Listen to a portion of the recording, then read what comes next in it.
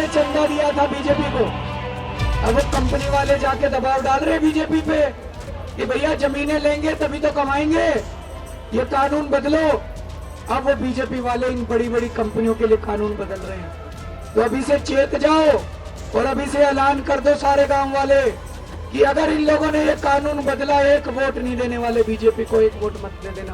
केजरीवाल को मुख्यमंत्री बनाने के लिए मत देना, अपने बिजली के बिल कम कराने। 13 साल पहले ये सिर्फ एक नाम नहीं बल्कि देश में भ्रष्टाचार के खिलाफ लड़ाई का प्रतीक था। देखो जी, आपके भी घर का खर्चा नहीं चल रहा बीजेपी वालों का, आपके बिजली के कम के। करप्शन के खिलाफ अभियान का चेहरा था जिसने अन्ना हजारे के साथ मिलकर भ्रष्टाचार के खिलाफ ऐतिहासिक आंदोलन किया। लेकिन सियासत की रफ्तीली और घुमावदार सड़क का वक्त का पहिया घूमा कि आज वही अरविंद केजरीवाल सलाखों के पीछे पहुंच गए और आरोप है गंभीर भ्रष्टाचार का। एक ही पार्टी की सरकार बन गई तो अच्छा है, एक ही पार्टी, एक गलती मत कर देना।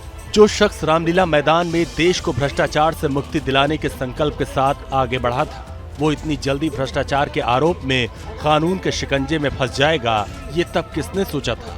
लेकिन ऐसा ही हुआ। सरकार कुछ गलत करेगी, इनकी पब्लिक को भी तो जानना है ना कि आप कितना ऑनेस्ट है और जो आप भाषण देते हैं वो कितना सच है। अगर आपका साहस है, आपको अगर लगता है कि आप कुछ नहीं किए हैं, आपका तो आधा मंत्री लोग जेल में है, लेकिन फिर उसके बाद भी आपको लगता है कि आप कुछ नहीं किए हैं, तो जाइए ना, फेस कीजिए ईडी को। अगर आप कुछ नहीं किए हैं तो डरने का क्या बात है। शराब घोटाले में दिल्ली के सीएम अरविंद केजरीवाल को ईडी ने गुरुवार रात गिरफ्तार कर लिया, तो केजरीवाल के राजनीतिक विरोधी उनके पुराने बयानों को याद दिलाकर ताना मारने लगे। 9 समन आए हैं। आश्चर्य का विषय है, एक भी समन में अरविंद केजरीवाल नहीं जाते हैं। आज गुरूर टूटा है। इस देश का कानून कहता है चाहे मुख्यमंत्री हो चाहे आम आदमी हो, यदि आपने कानून के मुताबिक काम नहीं किया है, कानून को तोड़ा है और समन किया जाएगा, तो आपको समन का सम्मान करना है, आपको आके प्रस्तुत होना है। ये वही केजरीवाल है जिन्होंने कांग्रेस और बीजेपी पर करप्शन का इल्जाम लगाया था, इन पार्टियों के बड़े नेताओं को भ्रष्ट और दागी बताया था और उन्हें जेल भेजने की बात कही थी। साथियों, दिल्ली में हम जब घूम रहे हैं, दिल्ली की जनता पूरी तरह से भरोसा कर चुकी है कि केवल आम आदमी पार्टी है जो ईमानदारों की पार्टी है। भारतीय जनता पार्टी और कांग्रेस दोनों भ्रष्ट पार्टियां हैं। जनता को यह विश्वास हो चुका है कि अगर दिल्ली को भ्रष्टाचार से कोई मुक्ति दिला सकता है, अगर दिल्ली को जीरो करप्शन कोई बना सकता है, तो वो केवल आम आदमी पार्टी बना सकती है। ये वही अरविंद केजरीवाल है जो कभी आंदोलनकारी थे और सियासत से दूर रहने की बात किया करते थे, लेकिन फिर उन्होंने स्टैंड बदला, कहा कि देश को भ्रष्टाचार से मुक्त कराने के लिए राजनीति में आना जरूरी है। केजरीवाल ने आम आदमी पार्टी बनाई, उसे सत्ता तक पहुंचाया और खुद दिल्ली के सीएम बने। इंडिया अगेंस्ट करप्शन के मंच से सीएम हाउस तक केजरीवाल का सफर काफी चर्चित रहा। उनके कई प्रमुख नेताओं ने पार्टी छोड़ी या फिर उन्हें बाहर किया गया। अरविंद केजरीवाल ने 2015 के विधानसभा चुनाव में जीत हासिल की।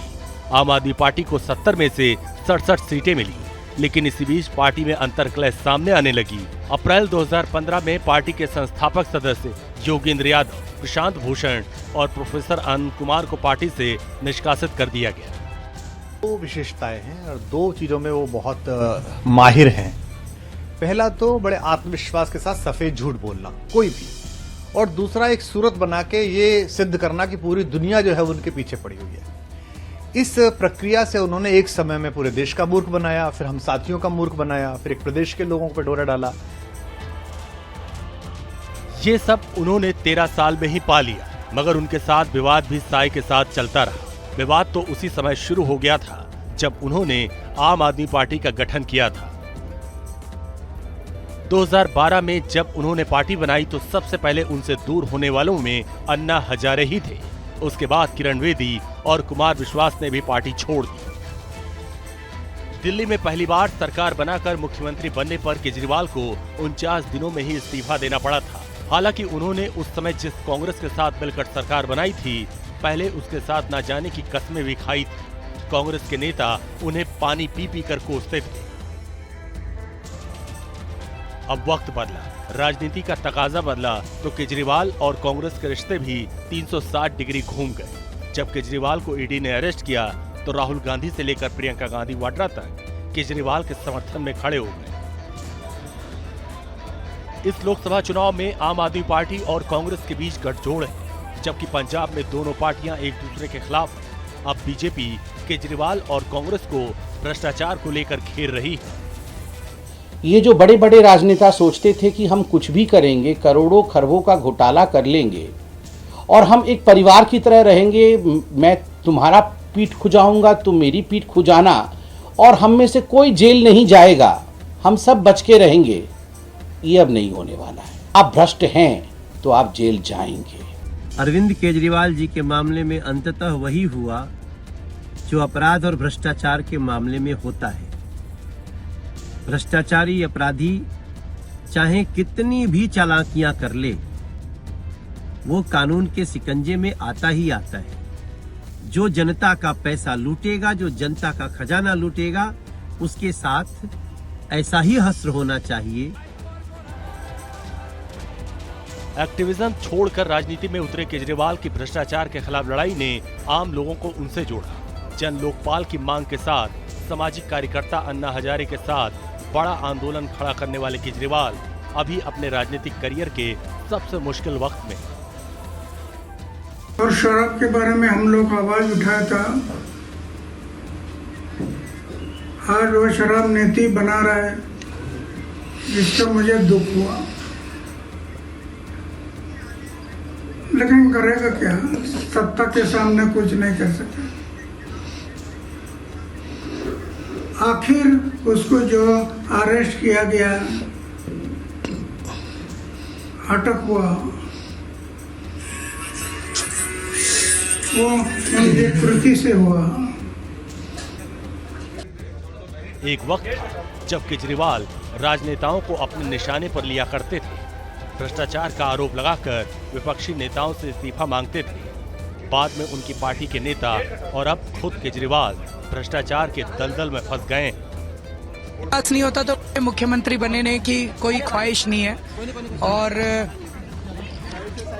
देश से भ्रष्टाचार दूर करने के लिए 100 बार मुख्यमंत्री की कुर्सी कुर्बान, देश में स्वराज स्थापित करने के लिए 1000 बार मुख्यमंत्री की कुर्सी कुर्बान।